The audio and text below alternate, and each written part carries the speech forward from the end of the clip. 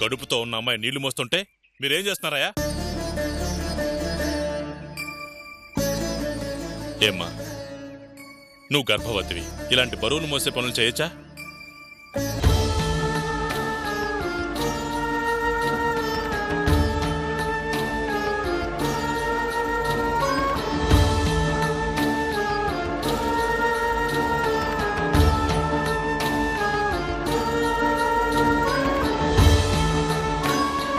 వెళ్ళి account books పట్రా.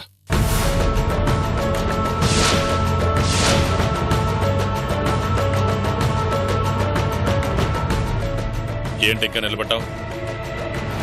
వెళ్ళి అకౌంట్ పుస్తకాలు తీసు.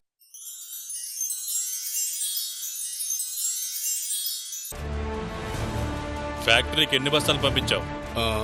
అది 2000 బస్తాలయ్యా. నోర్మోయ్, నోర్మోయ్. ఈ ఎస్టేట్లోంచి ఎంత బయటికి వెళుతుంది, ఎంత వస్తుంది అనేది నాకు తెలియదనుకుంటున్నావా? కాఫీ తోటల మీద తప్పుడు లెక్కలు చూపించి 6 లక్షలు కొట్టేశాం.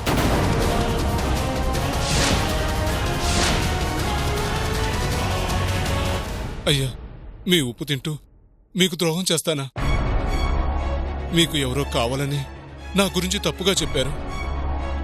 మాటలు విని మోసపోయేవాడిని అయితే లెక్కలెందుకు చూస్తాను? ఈ ఎస్టేట్ నుంచి ఏ ఫ్యాక్టరీకి ఎంత పంపించావో, ఎంత దాస్తున్నావో అన్నీ నాకు తెలుసు. అక్కడ ఫ్యాక్టరీ మేనేజర్తో కుమ్మక్కై 6 లక్షలు కొట్టేశావు. మిరియాలు చాటుగా చెన్నై పంపించి 4 లక్షలు కొట్టేశావు. మొత్తం 10 లక్షలు. అయ్యా, నిజంగా నాకేం తెలియదయ్యా. రై, నీ నాటకాలు నా దగ్గర కాదు. ఒక మంచి పని కోసం నన్ను అడగకుండా 1,00,000 రూపాయలు ఖర్చు పెట్టు, సంతోషిస్తాను. కానీ ఇలా నమ్మించి మోసం చేయాలని చూస్తే మాత్రం తాట తీస్తా. రేపు ఉదయానికల్లా 10 లక్షలతో నా ముందు కనిపించాలి. లేదా స్టేషన్లో పెట్టించి కాళ్ళు చేతులు విరగొట్టిస్తాను. వెళ్ళా.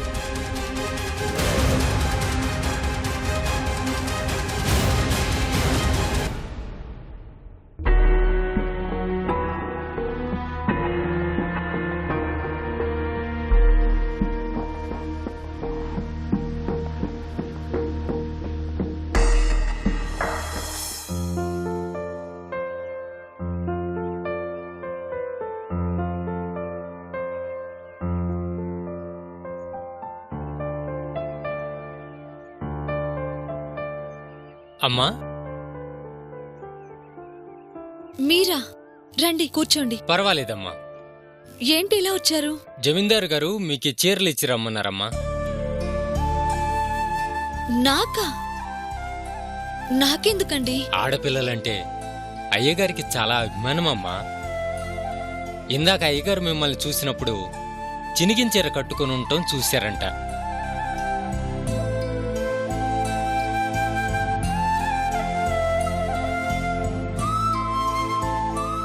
జమీందార్ గారు నన్నెప్పుడు చూశారు? ఇందాక మీరు నీళ్లు తీసుకొస్తూ పడబోతుంటే పట్టుకుంది ఆయనే కదమ్మా.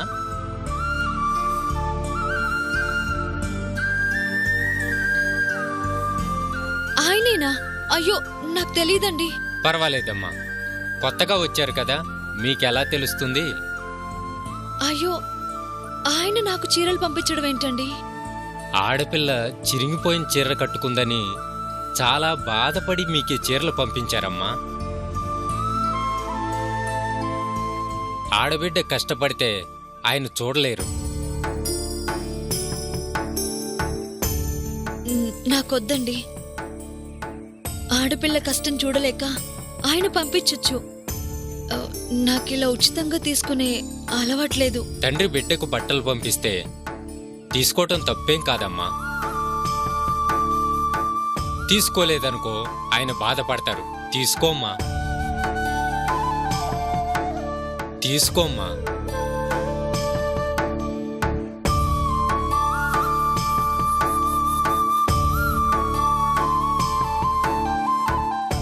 వస్తానమ్మా. సరేనండి.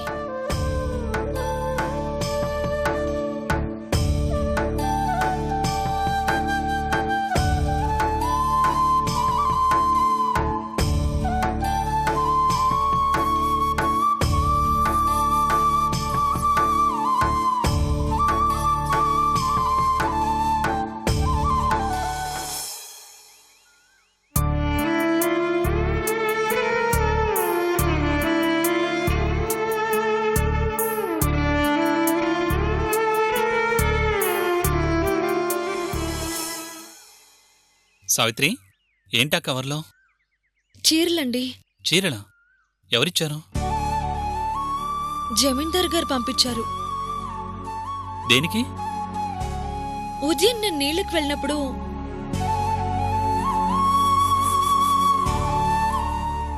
అయ్యో జాగ్రత్తమ్మా. వెళ్ళమ్మా. వెళ్ళు వెళ్ళు రండమ్మా. వెళ్ళు. అప్పుడు నా చీర చినిగిపోయి ఉండటం గమనించి ఈ చీరలు పంపించారండి. చిరిగిన చీరలో ఆడపిల్ల కష్టాన్ని చూడగలిగారు అంటే ఆయన చాలా మంచివారిలా ఉన్నారే.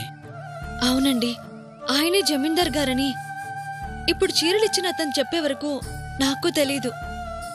చూస్తుంటే చాలా సింపుల్ గా కనిపించారు. అంతే సావిత్రి, మంచితనం మనసులో ఉంటుంది, గొప్పతనం ఒంటి మీద ఉంటుంది. మంచివాళ్ళు అలాగే సింపుల్గా ఉంటారు. నిజమేనండి, అత్తయ్య మావయ్య వాళ్ళు కూడా అలాగే ఉండేవారంట.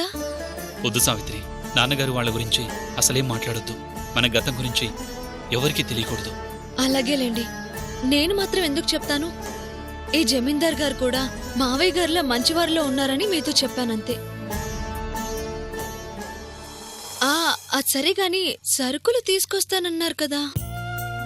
లేదు సావిత్రి, అడ్వాన్స్ అడిగాను కానీ వాళ్ళ దగ్గర లేక ఇవ్వలేదు. అవునా? మరిప్పుడు ఎలాగండి?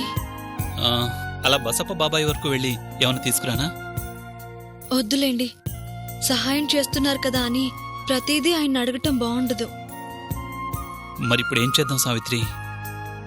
పర్వాలేదులేండి, ఒక పూట పస్తులుంటే ఏమీ కాదు.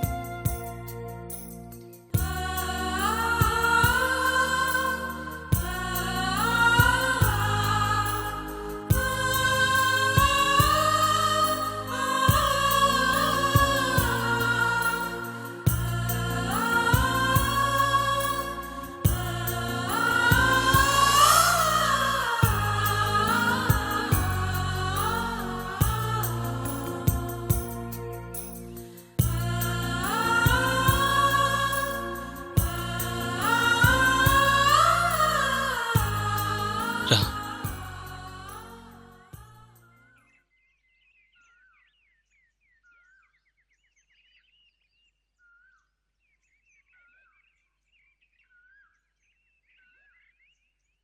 నమస్కారం సార్. నమస్కారం. బాగున్నారా? బాగున్నాం సార్. మీ ఆశ్రమం ఎలా నడుస్తుంది? ఏ ఇబ్బందులు లేవుగా? అన్ని ఇబ్బందులే సార్.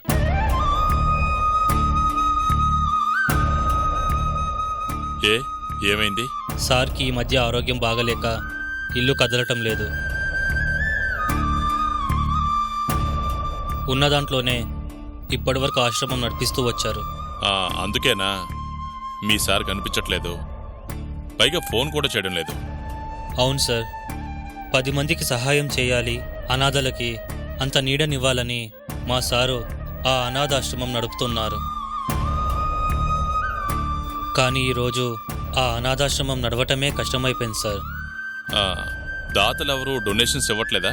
లేదు సార్, గవర్నమెంట్ వాళ్ళ నుంచి కూడా సహాయం అందట్లేదు.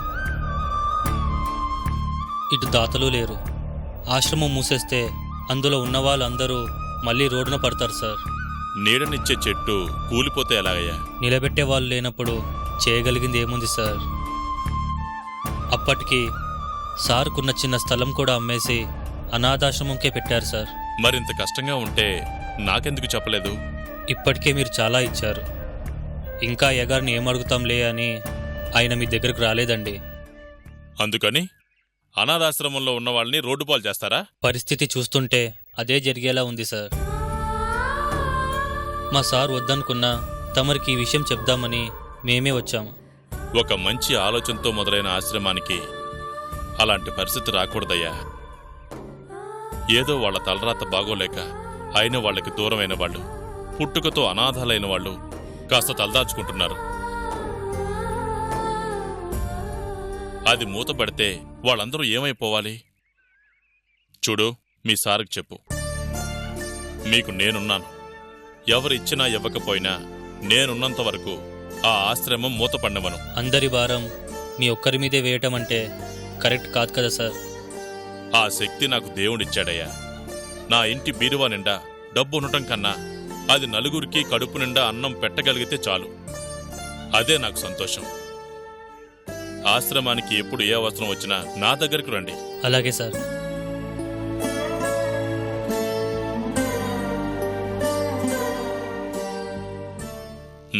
తీసుకోండి. చాలా thanks sir. Thanks sir. Thanks చెప్పాల్సిందే నాకు కాదు, నాకు ఈ మాత్రం శక్తినిచ్చిన ఆ దేవుడికి. వెళ్ళరండి. వెళ్ళొస్తాం సార్. మంచిది. అనాథల్ని చేసి వాళ్ళని బాధ పెట్టింది చాలక ఇలాంటి పరీక్షలు పెట్టి ఇంకా ఎందుకయ్యా బాధ పెడుతున్నావు?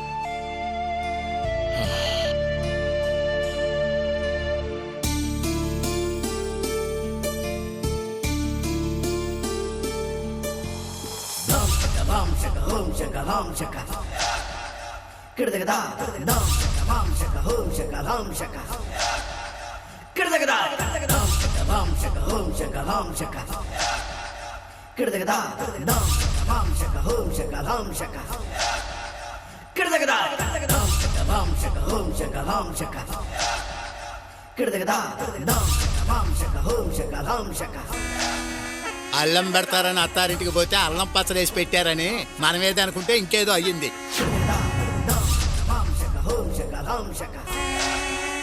వాళ్ళిద్దరూ తెలివిగా తప్పించుకుని పోయారు. వెతికి వెతికి మాకు ఆయాసం వచ్చింది కానీ ప్రయోజనం మాత్రం ఏమీ కనపడలేదు. ఎక్కడికి పోయారా? నా వశీకరణ శక్తిని తప్పించుకొని వాడెలా బయటపడ్డాడు? చేనేస్తేనే దిక్కు లేదంటే చాంతాడు కట్టాడని నువ్వేదో చేశావు, వాడేమో మొలతాడు దించి పారేసినట్టు నీ తంత్రాశక్తిని తప్పించుకొని పారిపోయాడు. అది అసాధ్యంరా. నేను ఆవాహన చేసుకున్న మనిషిని నా శక్తి నుంచి తప్పించుకుని వెళ్ళడం మామూలు విషయం కాదు. మేము అట్టాగే అనుకున్నాం స్వామి. మంచం మీద కాలు చెయ్యి ఆడకుండా పడుండాడు, ఎక్కడికి పోతాడులే అనుకుంటే వాడు నింపాదిగా నడుచుకుంటూ వెళ్ళిపోయాడు. నన్నే ధిక్కరించే శక్తి వాడికి ఎక్కడి నుంచి వచ్చింది? నా మంత్రశక్తినే ఎదిరించే ధైర్యం వాడికి ఎలా వచ్చింది? ఎలా వచ్చినా ఇద్దరు అడ్రస్ లేకుండా పోయారుగా. ఏ సుట్లో పోస్తే అన్నం అవుద్ది, రోకల బణతో నూరితే పచ్చడవుద్దని వాడిని ఒత్తితే అది బయటకు వస్తుందనుకుంటే ఇప్పుడు ఇద్దరు పారిపోయారు. ఎక్కడికి పోతారా? ఇద్దరిని ఇప్పుడే ఇక్కడికి రప్పిస్తా చూడు.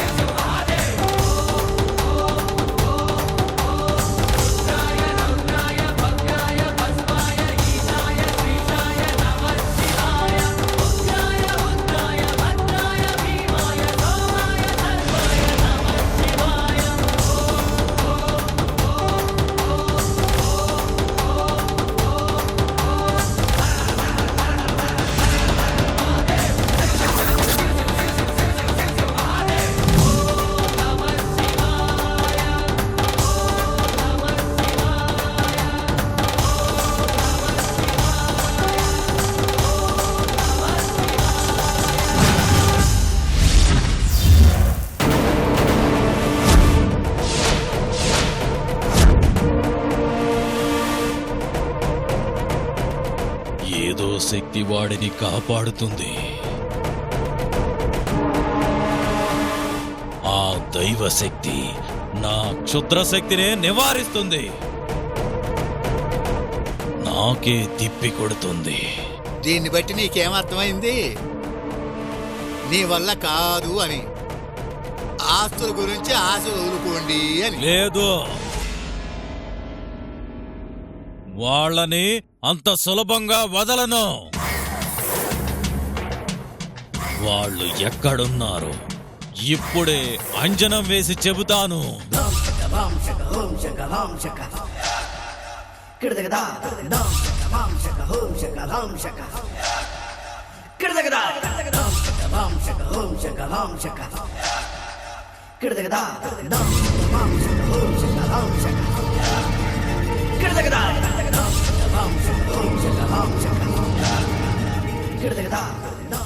ఆ ఇద్దరు ఈ దగ్గరలో లేరురా.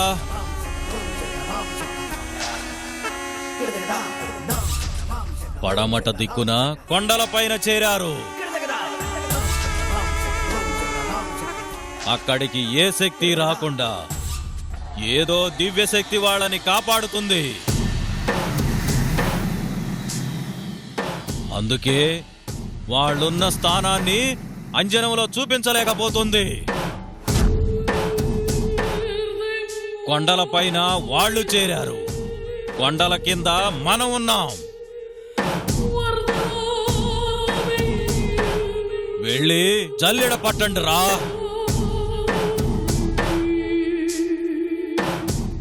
వాళ్ళని పట్టుకురండి. అట్టాగే స్వామి. మావా పద.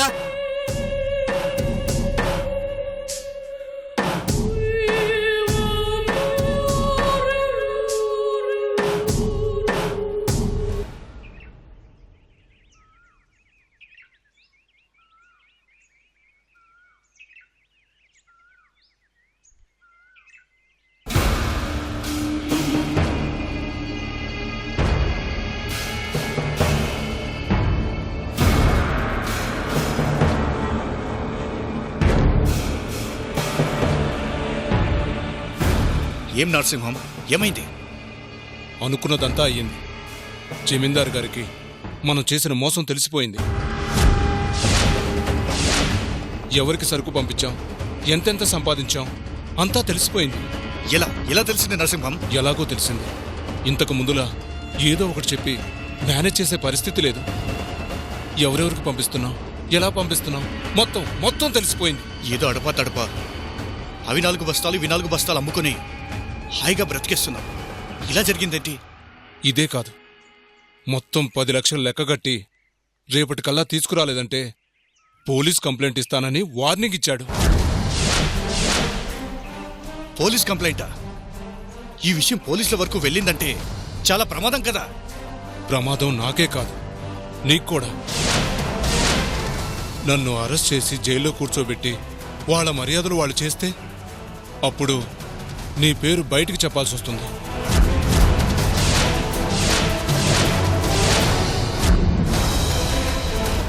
కనీసం ఒకరైనా బయటుంటే రెండో వాళ్ళని కాపాడుకోవచ్చు. ఇద్దరం లోపలికెళ్తే ఏమీ చేయలేం. మరి ఇప్పుడు ఏం చేద్దాం నరసింహం? అదే అర్థం కావడం లేదు.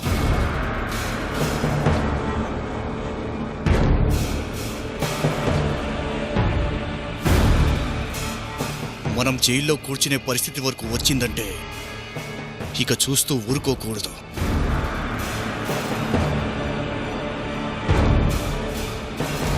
ముసలోడు కంప్లైంట్ ఇస్తే కదా మనకు నష్టం. ఇవ్వకుండా చేస్తే? ఇవ్వకుండా ఎందుకుంటాడు? ముసలోడు లేకపోతే కంప్లైంట్ ఎవరిస్తారు? ఏంటి నువ్వనేది? చంపేద్దాం. ఏంటి? చంపేద్దామంటున్నా. ఆయన చంపేస్తే ఇంకేమనుందా? అంతకన్నా వేరే దారి కనిపించడం లేదు. ఇప్పుడు ఆయన అడిగిన 10 లక్షలు కట్టాలి, లేదా జైల్లోకి వెళ్ళి కూర్చోవాలి. ఈ రెండు మన వల్ల కాదు. అందుకే సైలెంట్గా ముసలోని చంపేసి వాడి చౌకో కదాలుదాం. నాకెందుకో భయంగా ఉంది. నాకు అంతకన్నా భయంగా ఉంది. అందుకే చంపేద్దామంటున్నా. ఇంకో దారి లేదా? ఉంది. జైలుకి పోయి కూర్చోవటం, చిప్పకూడు తినడం. వెళ్దామా జైలుకి? చిప్పకూడు తిందామా? చెప్పు. వద్దు, అది మాత్రం జరగకూడదు. నువ్వు చెప్పినట్టే చేద్దాం.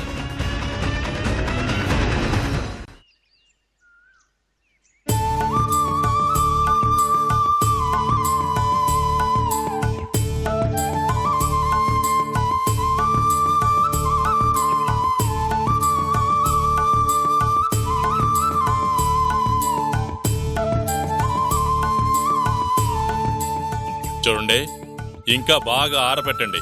ఉమ్? నమస్కారం అండి. నమస్కారం అమ్మా. ఏమ్మా, ఏంటి ఇలా వచ్చావు? మీకు థ్యాంక్స్ చెప్పి వెళ్దామని వచ్చానండి. థ్యాంక్సా? దేనికమ్మా?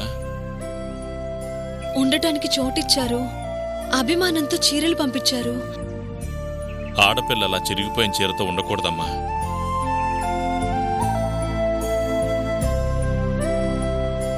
నాకెలా తెలుసు అనుకుంటున్నావా? నిన్ను నువ్వు వెళ్ళేటప్పుడు చూశానమ్మా. ఆడపిల్ల ఇంట్లో కష్టాన్నే కనపడినవ్వదు. అలాంటిది చిరిగిపోయిన చీరతో ఉన్నావంటే నీ పరిస్థితి నాకు అర్థమైందమ్మా. మీరేమీ అనుకోకపోతే ఒకటి అడగొచ్చా? చెప్పమ్మా. నాకు మీ దగ్గర ఏవైనా పనుంటే ఇప్పిస్తారా? నువ్వు పనిచేస్తావా? నువ్వు ఒట్టి మనిషివి కూడా కాదు. ఎలా చేస్తావమ్మా? ఏదైనా చేస్తానండి. మా పరిస్థితి ఏం బాగోలేదండి. సరే సరే అమ్మా, చెప్తానే. ఇంతకీ మీ ఆయన ఏం చేస్తుంటాడు? ఆయన ఇక్కడ దగ్గరలో ఉన్న ఒక రెస్టారెంట్లో పనిచేస్తున్నారండి. అవునా? అతను ఒకసారి నా దగ్గరకు వచ్చి కనిపించమని చెప్పమ్మా. అలాగేనండి. నన్ను క్షమించండి. మీరే జమీందార్ గారని నాకు తెలీదు. తెలియాల్సిన అవసరం ఏముందిలే అమ్మా. మీ ఇంట్లో ఉంటూ కనీసం మీకు నమస్కారం కూడా చేయలేదు. అదేం నేరం కాదు కదమ్మా. వెళ్ళమ్మా, వెళ్ళి రెస్ట్ తీసుకో. ఒట్టి మనిషి కూడా కాదు. నాకు థ్యాంక్స్ చెప్పడం కోసం ఇంత దూరం రావాలా? వెళ్ళమ్మా, వెళ్ళి నీ భర్తని మాత్రం రాగానే ఇక్కడికి పంపించు. అలాగేనండి. వస్తానండి. మంచిది.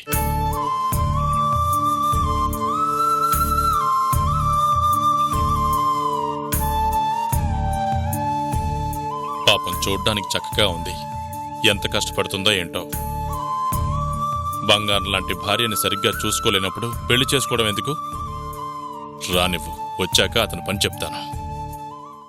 వాళ్ళ ఫోన్ ట్రేస్ అయింది సార్. ఎక్కడున్నారు? వాళ్ళు కూర్గులోని మడకేశ్వర ఏరియాలో వాళ్ళ ఫోన్ ట్రేస్ అయింది సార్. గుడ్. నేను గెస్ట్ చేసినట్టుగానే వాళ్ళు కూర్గ్ ఏరియాలో లొకేట్ అయ్యారు. అక్కడ ఎక్కడున్నారో తెలియకుండా ఎలా పట్టుకుంటాం సార్? No problem. వన్స్ వాళ్ళు ఎక్కడున్నారో తెలిసిన తర్వాత దొరక్కపోవడం అనే క్వశ్చనే లేదు.